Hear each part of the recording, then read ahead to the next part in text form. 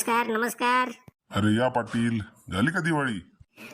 पाटील, कस काय गेली दिवाळी? मग गेले वाटतं पाहुणे. चांगली झाली बाबा दिवाळी. पाहुणे मंडळी गेली. आता चला म्हटलं गावात फिरून येऊया.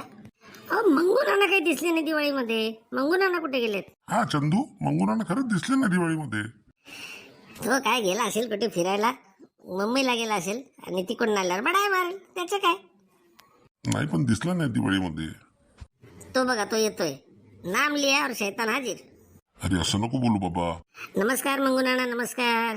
नमस्कार नमस्कार पाटील अप्पा, चंद्या, नमस्कार. Happy Diwali, happy Diwali. मंगू नाना दिवाळी तर झाली, कसली हॅपी दिवाळी? अरे येड्या, दिवाळी तर 4 दिवसाची नसते. दिवाळी ही 15 दिवस चालते. तुला काय समजणार खेड्याचा येडा? सुरू झालं याचं, खेड्यातला येडा, खेड्यातला येडा. मग बरोबर आहे, जर लोकांनी सांगितलं हॅपी दिवाळी तर तू पण करायची तिकडनं हॅपी दिवाळी. काही तुला मॅनर्स वगैरे आहेत की नाही? जाऊ द्या मंगू नाना, आम्ही खेड्यातले लोक. ते जाऊ द्या, तुम्ही कुठे होतात? दिवाळीला दिसला नाही गावात. हा पाटील, तुम्हाला काही समजतं की नाही? कुठे असणार मी? मला किती फोन चालू होते. मला मुंबईहून बोलवणं होतं, मला दिल्लीहून बोलवणं होतं, मला कलकत्ताहून बोलवणं होतं की दिवाळी आमच्याकडे करा, आमच्याकडे करा. तिथे कोणी नातेवाईक आहेत का तुमचे? नातेवाईक? अरे सगळीकडे आपले नातेवाईक तर आहेतच, पण मित्रमंडळी आहे. मित्रमंडळी बोलवतात. मग कुठे गेले होते तुम्ही? खेळायच्या येडा धीर करणं जरा सांगतो ना सगळं. मध्ये मध्ये डुबुकड्या तोडतोस. तसं नाही मंगू नाना, मी विचारतोय कुठे गेले होते. आता पाटील विचारत होते की मंगू नाना दिसले नाही म्हणून आम्ही विचारतोय. माझा कसं मोठा कारभार आहे, मला सगळ्या ठिकाणी ओळखेत. मला दिल्लीला बोलवलं, मला मुंबईला बोलवलं, कलकत्त्याला बोलवलं. बिहार मध्ये तर बोलतच होते, कारण की तिथे इलेक्शन आहे. पण मला राजकारण आवडत नाही म्हणून मी बिहारला गेलो नाही. पाटील बघा, मंगू नानाचा ड्रेस तर बघा किती भारी आहे. अरे खेड्याचा येडा, तुला काय कळतं का? दिवाळी आहे म्हणून नवीन कपडे घेतले जातात. हो दिवाळी आम्ही पण घातले, पण दिवाळी संपली ना म्हणून काढून टाकला. सांग तू काय घातलं होतं सांग. मी एक नवीन शर्ट शिवला होता.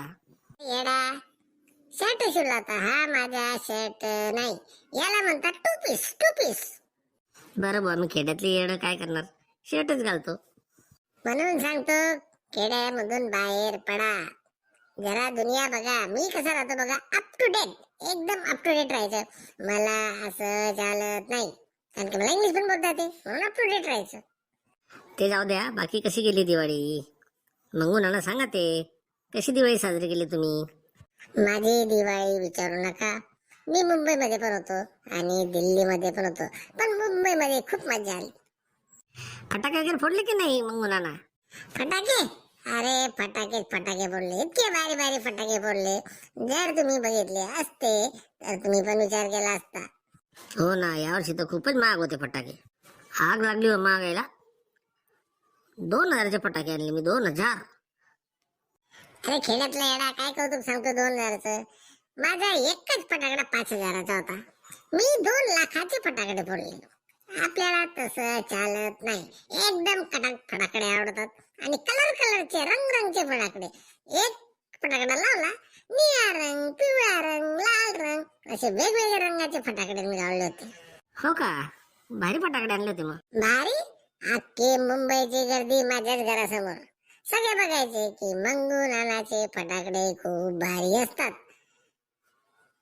बापरे, फटाके बघायला गर्दी होती? साधी सुधी गर्दी नव्हती. हिरोईनकडे पण असे फटाकडे नव्हते, एकदम भारी फटाके. अख्खे हिरो हिरोईन सगळ्या लाईन मध्ये माझ्या घराजवळ होते की मंगू नानाचे फटाकडे इतके काय भारी फोडतो. आणि मी अजिबात घाबरत नाही, कारण की मला काही होत नाही. बाबा 2 लाखाचे फटाकडे फोडले तुम्ही? आपले तसेच फटाकडे फोडतो आपण. आणि आपले फटाकडे काही साधे सुधे राहत नाही. आपले सगळे इंग्लिश फटाकडे होते, कारण की इंग्लिश फटाकड्याशिवाय मी लवंग्या फटाकडे फोडत नाही. सगळे हिरोईन पण आले होते का? अरे हिरोईन तर आलेच होत्या फटाकडे बघण्यासाठी, पण नंतर मी त्यांना घरी घेऊन गेलो आणि मग सगळ्यांना ब्रेकफास्ट, नाश्ता वगैरे दिला, कोल्ड्रिंक दिलं. त्यांनी तुमच्या घरी नाश्ता केला का? मग आमच्या घरी कोणी आलं तर बिगर जेवणाचा जात नाही. हे वैशिष्ट्य आहे मंगुनानाचं. त्यामुळे सगळेजण माझ्याकडे येतात. सगळे हिरो हिरोईन आले होते. शाहरुख खान, सलमान खान, कतरिना कैफ, करीना कपूर, सगळेच्या सगळे माझ्या घरी होते नाश्ता करण्यासाठी. अरे वा, चिवडा, लाडू, करंज्या सगळं केलं असेल तुम्ही. खेळाचे येडा, आम्ही असं खातो का? चिवडा आणि करंजी आणि लाडू माझ्या घरीच एकदम भारी भारी पदार्थ बनवले होते. काय काय बनवलं होतं? माझ्या घरी बंगाली मिठाई होती, चमचम चमचम. कलकत्ताहून आणलेला रसगुल्ला होता. त्याचप्रमाणे मसाला डोसा, साधा डोसा, रवा डोसा एकदम भारी भारी बनवलं होतं. कलाकंद, मावा बर्फी, ज्याला जे पाहिजे ते. आणि प्रत्येकाला जो जो माझ्या घरी भेटून गेला त्याला 2-2 किलोचे पॅकेट फ्री दिले होते. बाबा, भरपूर खर्च झाला असेल मग. मी खर्चाचा विचार करत नाही, कारण की माझा 1 लाख पगार आहे. त्यामुळे मला चिंता राहत नाही. जो पण माझ्या घरी आला त्याला 2 किलोचं, इथे पण घरी खायचं आणि 2 किलोचं पॅकेट मी प्रत्येकाला दिलं. कोणती तू चमचम सांगतो ती मिठाई का? ती तर नावाला होती. मी तर एकदम भारी भारी, मी सगळ्या मिठाया सिंगापूरहून मागवल्या होत्या, कारण की मला भारी मधलं लागतं. सगळ्या मिठाई सिंगापूरहून. कतरिना कैफ तर सांगायची, तुमच्या मिठाया तर खूपच भारी असतात. बापरे, मग तुमच्याकडे तर खूपच खर्च झाला असेल. 5 लाखाच्या तरी मिठाई आणल्या होत्या मी. 5 लाखाच्या मिठाई, 2 लाखाचे फटाकडे, 5 लाखाच्या मिठाया. मंगूना ना, पुढच्या वर्षी तुम्ही इथे करा ना दिवाळी, म्हणजे आम्हाला पण बघायला मिळतील ते फटाके आणि आम्हाला पण मिठाई खायला मिळेल. अरे येड्या, तसं नाही लागते. मला जिथे बोलवतात मी तिकडे जातो आणि तिकडे खर्च करतो, कारण की मला 1 लाख पगार आहे, मला इंग्लिश पण बोलता येते. अरे वा, अशा पद्धतीने तुम्ही दिवाळी साजरी केली. बरं, भाऊबीजला कुठे गेले होते का तुम्ही? बहिणीकडे गेले होते? भाऊबीजला मी दिल्लीला गेलो. दिल्लीमध्ये भाऊबीज साजरी केली. दिल्लीला तुमची बहीण असते का? अहो पाटील, तुम्हाला समजतं का नाही? सगळी बहिणीकडे जायचं असं असतं का? माझे किती 1000 बहिणी आहेत. सगळे एकदम मोठे मोठे लोक मला सांगतात की आमच्या घरी या. मग म्हणाला तुम्ही आमच्या घरी या, मग त्यांच्या घरी जावं लागतं. अरे वा, तुम्ही त्यांच्या घरी गेले म्हणजे तुमचा काही खर्च झाला नसेल. अरे येड्या, तसं असतं का? बहिणींना गिफ्ट द्यावं लागत नाही का? तू काय दिलं रे? काय नाही भाऊ, मी पण बहिणीकडे गेलो होतो, मस्त साडी घेऊन गेलो 500 रुपयाची.